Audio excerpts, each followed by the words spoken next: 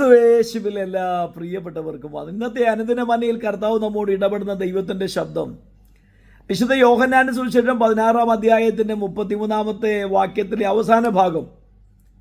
ലോകത്തിൽ നിങ്ങൾക്ക് കഷ്ടമുണ്ടെങ്കിലും ധൈര്യപ്പെടുവീൻ, ഞാൻ ലോകത്തെ ജയിച്ചിരിക്കുന്നു. യേശു കർത്താവ് തൻ്റെ ശിഷ്യന്മാരോട് ഇഹലോകവാസം വിട്ടുപോകുന്നതിന് മുമ്പ് അവരെ ധൈര്യപ്പെടുത്തി പറയുക, ഏതവസ്ഥയിലും തൻ്റെ ഭക്തന്മാരെ കൈവിടാത്ത കർത്താവ്, തന്നിൽ വിശ്വസിക്കുന്നവരെ, തന്നിൽ ആശ്രയിക്കുന്നവരെ ഉപേക്ഷിക്കാത്ത, മറക്കാത്ത കർത്താവ്, തന്നെ കാത്തിരിക്കുന്ന ഒരുവനും ലജ്ജിച്ചു പോകത്തില്ലെന്ന് സങ്കീർത്തനക്കാരൻ തൻ്റെ ജീവിതാനുഭവത്തിലൂടെ പ്രാപിച്ച ഉറപ്പ് നമ്മോട് നൽകുമ്പോൾ, പ്രിയപ്പെട്ട ദൈവത്തിൻ്റെ പൈതലേ, കഷ്ടതയിൽ നമ്മെ കൈവിടാത്ത, കണ്ണുനീര് കണ്ട് മാറിപ്പോകാത്ത, ഒരു നാളും ഉപേക്ഷിക്കത്തില്ലെന്ന് ഉറപ്പ് നൽകിയ കർത്താവ് പറയുക, നിങ്ങളിപ്പോൾ പോകുന്ന കഷ്ടതകളോ ഭാരമോ പ്രയാസമോ പ്രശ്നമോ ഒന്നും കണ്ട് ഭയപ്പെടേണ്ട, ഞാൻ നിങ്ങളുടെ കൂടെയുണ്ട്, ഞാൻ ലോകത്തെ ജയിച്ച കർത്താവാണ്.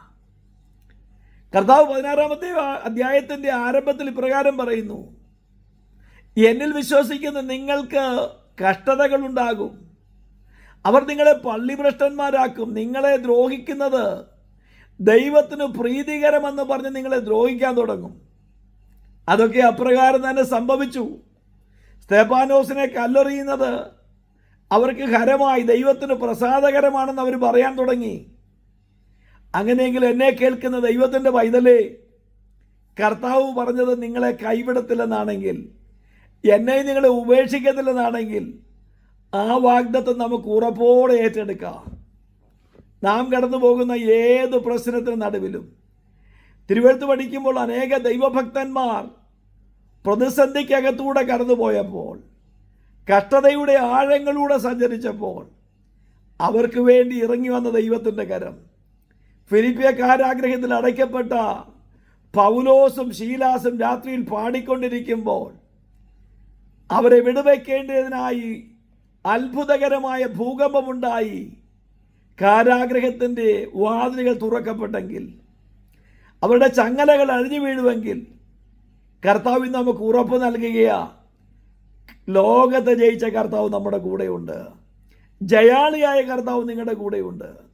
പ്രിയപ്പെട്ട ദൈവ പൈതലേ, തീക്കൂടിനകത്ത് വീണ ഹനന്യാവിൻ്റെയും അസരിയാവിൻ്റെയും മിശായേലിന് വേണ്ടി തീയുടെ അകത്തിറങ്ങി വിടുവെച്ച കർത്താവ്, തീ സമാനമായ വിഷയത്തിലൂടെ കടന്നു പോകുന്നവരാരെങ്കിലും ഉണ്ടെങ്കിൽ, ഇതിനകത്തൊന്നും പുറത്തു വരാൻ കഴിയത്തില്ലെന്ന് നിങ്ങളോട് പറയുന്ന വിഷയത്തിന് നടുവിലൂടെ ആരെങ്കിലും പോകുന്നുണ്ടെങ്കിൽ, രോഗാവസ്ഥയിലൂടെ കടന്നു പോകുന്നുണ്ടെങ്കിൽ, ഞെരുക്കത്തിലൂടെ കടന്നു പോകുന്നുണ്ടെങ്കിൽ, വളരെ വളരെ കഷ്ടം നിറഞ്ഞ അനുഭവത്തിലൂടെ കടന്നു പോകുന്നുണ്ടെങ്കിലും, കർത്താവിൽ ആശ്രയിക്കുന്നവരായി മാറുക.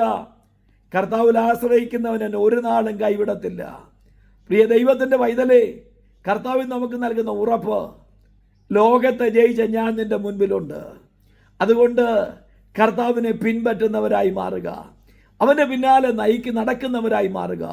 അവൻ നമ്മെ അത്ഭുതമാക്കും. നല്ലൊരു ദിനം ആശംസിക്കുന്നു. കർത്താവിനെ മുൻപിൽ വെച്ച് യാത്ര ചെയ്യാം. God bless you all.